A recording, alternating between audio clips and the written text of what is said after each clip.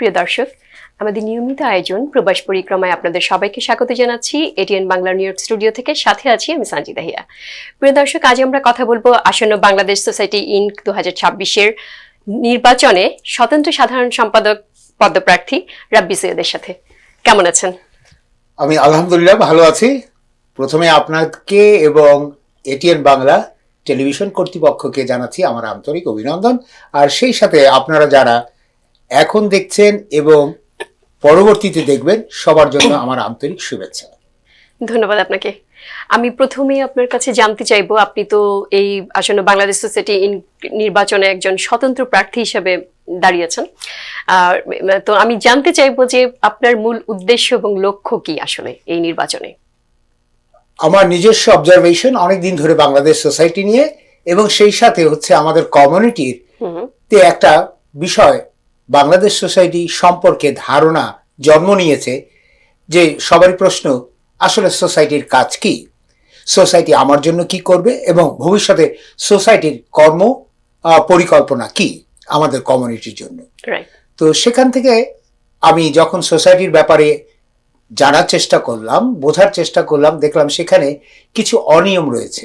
প্রথমত অনিয়মটা হচ্ছে একটা অনৈতিক পদ্ধতিতে এখানে মেম্বার করা হয় সোসাইটির জন্য, যে মেম্বারকে শুধু ব্যবহার করা হয় নির্বাচনের জন্য, এবং যার কারণে আমরা যোগ্য এবং ডেডিকেটেড যারা রয়েছেন তাদেরকে আমরা পাচ্ছি না যে এই সোসাইটির কার্যকরী পরিষদে, যার কারণে মেধাভিত্তিক কোনো পরিকল্পনা আমরা এতদিন পর্যন্ত পাইনি, এবং সে কারণে সোসাইটির কোনো ডেভেলপমেন্ট হয়নি, যেই ডেভেলপমেন্ট আমাদের কমিউনিটির উন্নতিকল্পে কাজ করতে পারে বা মানুষের চাওয়া পাওয়ার পূরণ করতে পারে। ওকে, আমি আরেকটু জানতে চাইবো যে প্রথমে আমি তো সম্প্রতি বাংলাদেশ সোসাইটি ইনক আসন্ন নির্বাচনকে কেন্দ্র করে আপনার একটি স্লোগান চোখে পড়েছে যে নিজ অর্থে ভোটার হব, পরিবর্তনে অংশ নেব। এটা আসলে এই যে আপনি বললেন যে নিজ অর্থে ভোটার হব, পরিবর্তনে অংশ নেব, তো ভোটার রেজিস্ট্রেশন তো ইতিমধ্যে শেষ হয়েছে। তো আমি জানতে চাইবো যে আপনি কি নিজ অর্থে ভোটার হয়েছেন কিনা? আমি হয়েছি, এবং কমিউনিটিতে আমি এই মেসেজটা দেওয়ার চেষ্টা করেছি যাতে সবাই তাদের নিজ অর্থে ভোটার হন এবং একটা পরিবর্তনে অংশ নেন, যে পরিবর্তন আমাদেরকে উদ্বুদ্ধ করবে আমরা নিজ অর্থে ভোটার হব এবং একটা দায়িত্বশীল এবং জবাবদিহিমূলক বাংলাদেশ সোসাইটি গঠন করব, এবং তাতে আমরা উপকৃত হব এই ক্ষেত্রে যে আমরা সেখান থেকে মেধা নিয়ে আসতে পারবো এবং ডেডিকেটেড পার্সনকে নিয়ে আসতে পারবো যারা সোসাইটির জন্য কাজ করবে, এবং তাতে আমাদের উপকারটা এটাই হবে যে সোসাইটি এতদিন পর্যন্ত যে স্থবির একটা অবস্থানে রয়েছে তার থেকে আমরা বেরিয়ে আসতে পারবো। কিন্তু এই যে আপনি বললেন যে সোসাইটির জন্য কাজ করবেন, ঠিক আছে, কিন্তু যারা এই যে নিজ অর্থে ভোটার হব, আমাকে যদি বলেন আমি নিজে অর্থ দিয়ে কেন ভোটার হব, আমার সোসাইটি আমাকে কি দিচ্ছে, তার কাছ থেকে আমি কি উপকার পাবো? আমার ইমিগ্রেশনে কোনো উপকার হবে না, আমার কোনো ইমার্জেন্সিতে সোসাইটি আমাকে কোনো হেল্প করতে পারছে না, তাহলে আমি কেন অর্থ দিয়ে সোসাইটির জন্য? বিষয় হচ্ছে এখানটাই আমরা যখন আমাদের নিজ অর্থে ভোটার হব না তখন কোনো জবাবদিহি তৈরি হয় না। জবাবদিহিটা হচ্ছে যে যারা নির্বাচিত হচ্ছেন তাদেরও কোনো জবাবদিহিতে থাকছে না যার ভোটারদের প্রতি বা মেম্বারদের প্রতি, আর আমি যে মেম্বার হলাম আমিও তাকে জিজ্ঞেস করতে পারছি না যে ভাই গত 2 বছর আপনি আমার জন্য কি করলেন। আর বিষয়টা হচ্ছে এই কারণেই যেহেতু এখানে একটা প্যানেল ভিত্তিক একটা প্রসেস অলরেডি তৈরি হয়ে গেছে, তাতে দেখা যাচ্ছে যে যারাই এই টাকা পয়সা খরচ করে ভোটার তৈরি করছেন বা মেম্বার তৈরি করছেন তারা প্যানেলের একটা দায়বদ্ধতা তৈরি হয়ে যায়। যখন একটা মানুষকে তার টাকা আমার টাকা দিয়ে আমি কাউকে ভোটার তৈরি করলাম, তখন নৈতিকভাবে একটা দায়বদ্ধতা তৈরি হয় যে আমি এখানকাই এদেরকেই ভোটটা দেব।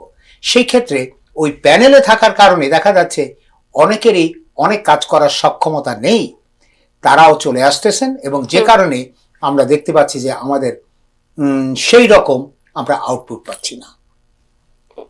আমি আরেকটু জানতে চাইবো আপনার কাছে, এই যে আপনি নিজ অর্থে আপনি নিজে ভোটার হলেন, কিন্তু অনেকেই আছে যে, আমরা তো এটা জানি মানে বিগত আগের সার্ভে থেকে আমরা বলতে পারি যে ভোট যার ভোট যত বেশি সে কিন্তু জয়ী হয়, রাইট? Exactly. তো আপনি এই যে স্বতন্ত্র থেকে নিজে একা এটা দাঁড়িয়েছেন মানে প্রার্থী হিসেবে, তো আপনি কতজন ভোটার করতে পেরেছেন?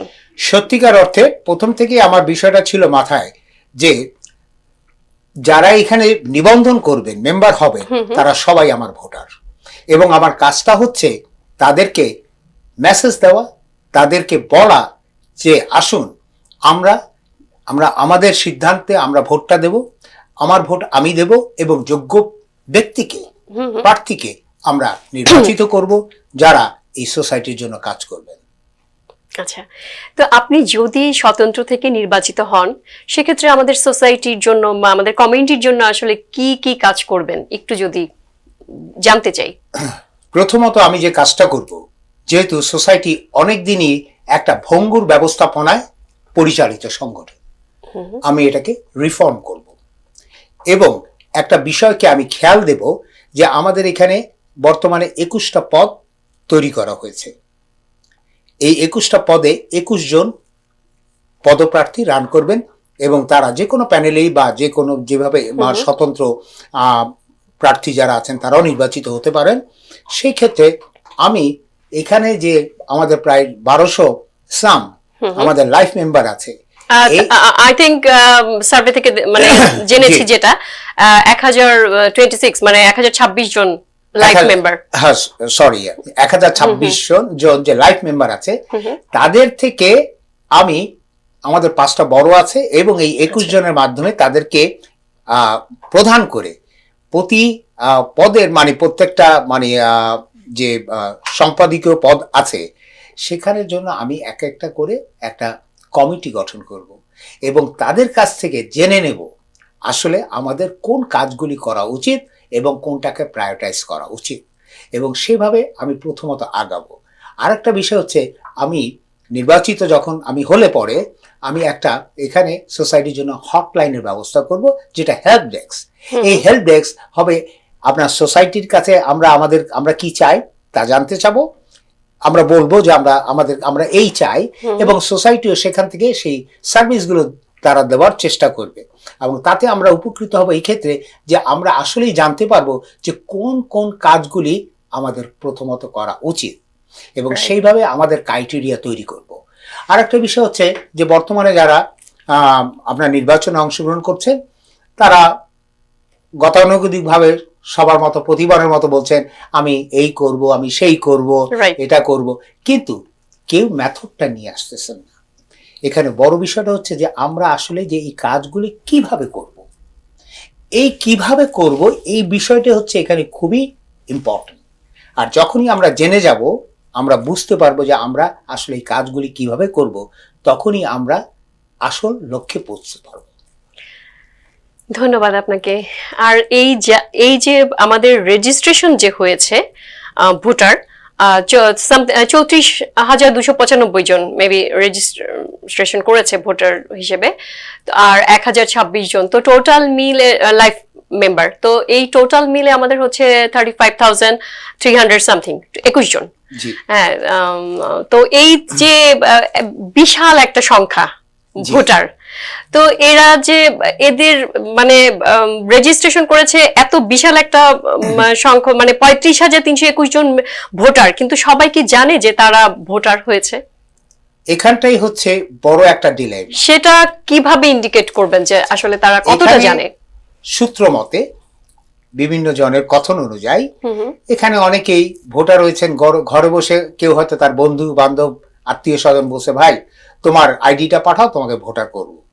সে তখন তার আইডিটা পাঠাচ্ছে, কেউ তার বসে তার ফর্মটা ফিল আপ করে সেই ভদ্রলোকের সিগনেচারটা পর্যন্ত যিনি পূরণ করছেন ফর্মটা তিনি দিয়ে দিয়েছেন। প্রথমত হচ্ছে এটা আমি মনে করি অত্যন্ত গ্রহিত একটা কাজ, অনৈতিক। নাম্বার হচ্ছে যে আমি তো ফর্ম ফিল আপ কারোটা করেই দিতে পারি, কিন্তু কারো সিগনেচার আমি তার হয়ে করে দিলাম, এটাকে কোনোভাবে মেনে নেওয়া না, এটা তো রীতিমতো অপরাধ। তো সেই ক্ষেত্রে ঠিক এমন ভাবেই অনেকেই ভোটার হয়েছেন যে তারা নিজেরাও জানে না, এবং অনেকের কাছে গতবারের যারা ভোটার লিস্ট রয়েছে তারা সেখান থেকে নিয়ে ইনফরমেশন নিয়ে ভোটার করেছে। তার কারণেই আমি বলতে চাচ্ছি যে আপনারা এখানে যে 35,000 নিবন্ধিত মানুষ যারা রয়েছেন, এবার মেম্বার হয়েছেন এবং প্রসপেক্টিভ ভোটার, সবাই কিন্তু আপনারা আমার ভোটার। আমার কথাগুলো নিয়ে একটু চিন্তা করবেন যে আমি কথাগুলো যা বলছি সেটা সঠিক কিনা, এবং এই আমরা যদি এই অনৈতিক অবস্থা ক্রমবর্ধমানভাবে চলতে দিতে থাকি তাহলে আমরা বড় ক্ষতিগ্রস্ত হব, যে ক্ষতিটা আজকে আমরা বুঝতে পারছি না, কিন্তু আগামী একদিনে কিছুদিন পরেই আমরা নেতৃত্বহীন হয়ে পড়ব, আমাদের কমিউনিটি হারাবে নেতৃত্ব। তার কারণ এখানে কিছু মেকানিজম করা আছে।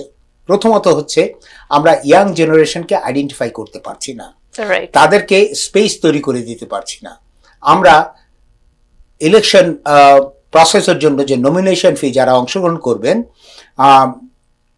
তাদের জন্য আমরা একটা বড় অঙ্কের নমিনেশন ফি ধার্য করেছি। তাতে সাধারণ যে মানুষ রয়েছেন যারা ডেডিকেটেড, যারা সমাজসেবা করতে চান, এবং এখানে যারা স্টুডেন্ট রয়েছে যারা পড়াশোনা করে, ইয়াং জেনারেশন, তারা নিরুৎসাহিত হচ্ছে এই প্রসেসে আসতে।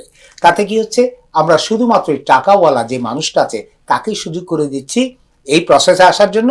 আর যে কথাটা আগেই আমরা আলোচনা করেছি যে ভোটারের আমরা কি করছি, তাদের ভোটার মেম্বারশিপ ফিটা দিয়ে দিচ্ছি।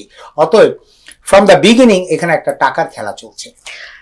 এই যে টাকার খেলা চলছে, সেখানে আসলে সাধারণ মানুষ যারা হয়তো ভোটার, এই যে 35,321 জন ভোটার, এখানে তো আসলে ওই যে আপনি যেটা বললেন যে অনেকে তাদের সার্ভে থেকে তাদের নাম নিয়ে ভোটার করে দেওয়া হচ্ছে, তারা যে আমি হয়তো জানিই না যে আমি ভোটার, রাইট?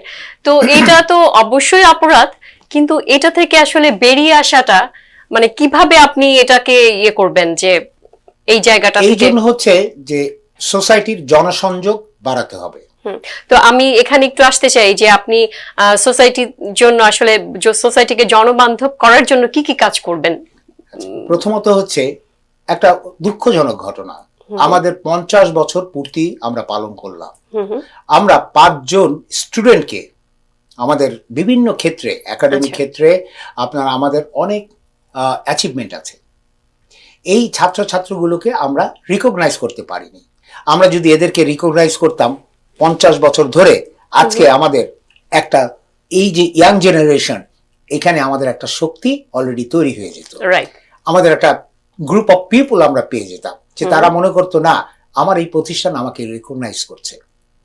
আমরা সেখানে ব্যর্থ হয়েছি। একটা ব্যাকবোন তৈরি হতো, হ্যাঁ, একটা বন্ডিং তৈরি হতো, যে আমি আমার দেশের একটা সংগঠন থেকে, সবচেয়ে বড় বৃহৎ সংগঠন থেকে আমি রিকগনাইজেশন পেয়েছি, আমি সম্মানিত হয়েছি, অতএব আমাকে এখানে কিছু দিতে হবে।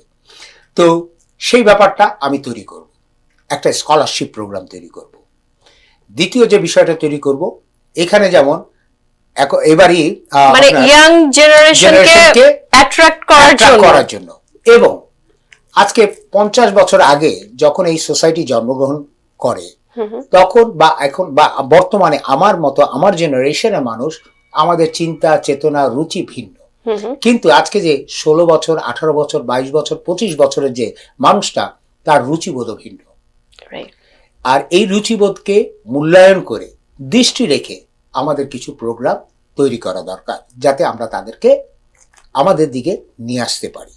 এখন আমি যদি মনে করি যে না, আমি 50 বছর আগে আমার যে গঠনতন্ত্র তৈরি করেছিলাম সেই গঠনতন্ত্র বর্তমানেও আমি কন্টিনিউ করে যাব, সেটা আমার মনে হয় খুব ভালো ভুল একটা পদক্ষেপ হবে ধারণা। আমাদের উচিত সেখানে রিফর্ম করা। এই যে বিষয়গুলি, সেখানে আমি বেশি মনোযোগ দেব। ধন্যবাদ আপনাকে। আর এই যে টাকার বিনিময়ে অযোগ্য প্রার্থীকে ভোট দেওয়া বা নির্বাচিত করা, এটা কিভাবে রোধ করবেন? মানে আপনি করতে চাচ্ছেন, আপনার ইয়েটা জানতে চাচ্ছি আসলে।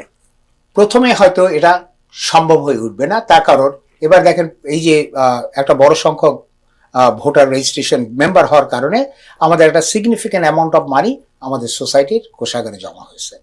এটা কিন্তু পরোক্ষভাবে আপনার আমাদের সোসাইটির একটা লাভজনক।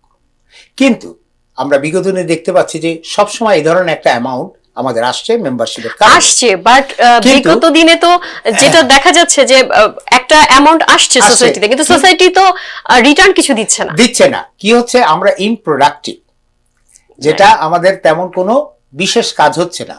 আমি কিন্তু সোসাইটির ইফতারের বিরুদ্ধে না, ইফতার পার্টি, আমি 21শে ফেব্রুয়ারি অনুষ্ঠানের বিরুদ্ধে না, কিন্তু সেই সাথে তো আমাদের কমিউনিটির মানুষ কিভাবে ডিরেক্টলি উপকৃত হয়। যেমন সোসাইটি সবসময় কি করছে, এভরি ইয়ার একটা ইফতার পার্টি করছে, একটা পিকনিক করছে, কিন্তু এতে করে সোসাইটির মানুষ তো উপকৃত হচ্ছে না, এটা জাস্ট একটা বিনোদন। কিন্তু একটা সোসাইটির মানুষ উপকৃত হবে বা রিটার্ন কিছু তো এক্সপেক্ট করে, সেটা তো হচ্ছে না। সেই ক্ষেত্রে আপনি দেখেন, আমাদের দেশে নতুন যারা ইমিগ্রেন্ট আসে এখানে, আমরা তাদেরকে ট্রেনিং দেওয়ার জন্য, জব দেওয়ার জন্য আমরা এই ধরনের কোনো ওয়ার্কশপ বা ট্রেনিং এগুলো করতে পারছি না, করছেন, রাইট, সোসাইটি করছে না। আপনি দেখেন একটা জিনিস, আমাদের এখানে কিছু বাংলাদেশি মানে প্রতিষ্ঠান আছে, ব্যবসা প্রতিষ্ঠান, নতুন যখন ইমিগ্রেন্ট আসে তারা কি করে, সেখানে ট্রেনিং হিসাবে কাজ শুরু করে।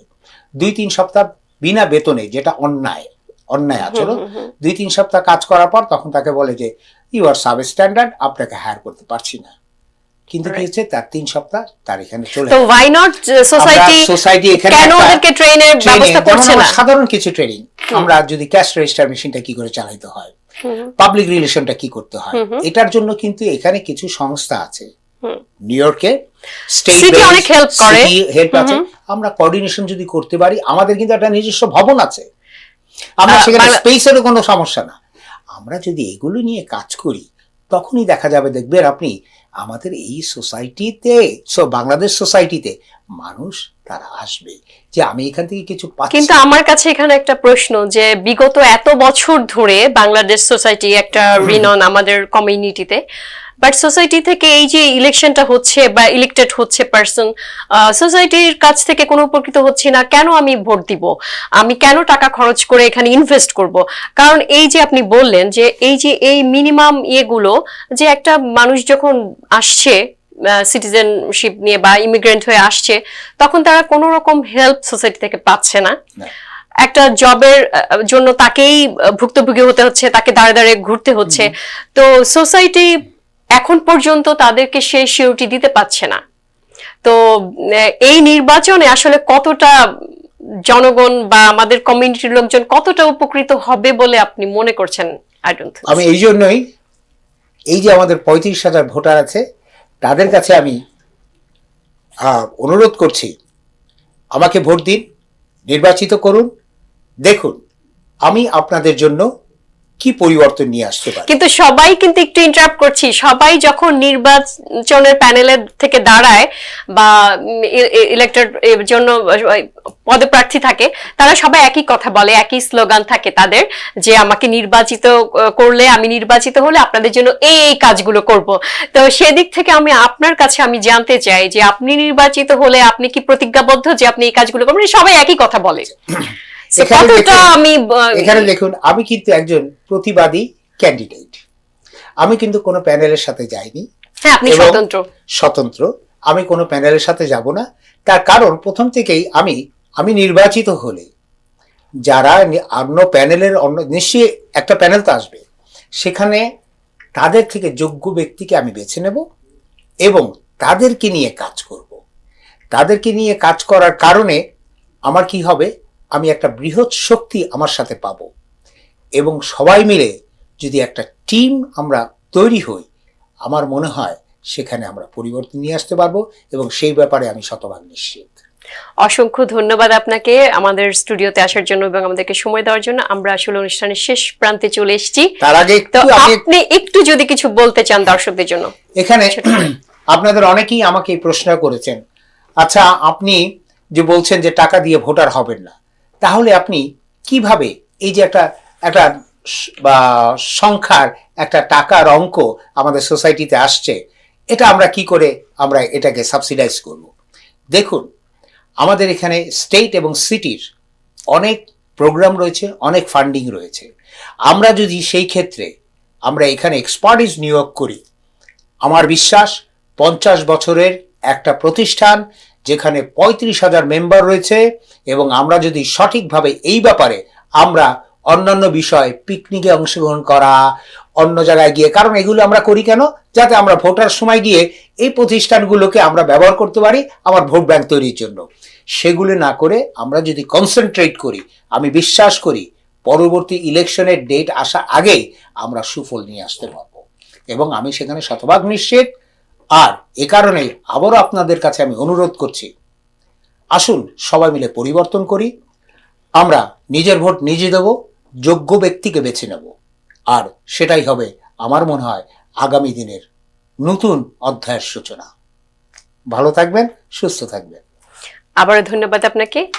প্রিয় দর্শক, আজ আমরা অনুষ্ঠান এখানেই সমাপ্ত করছি।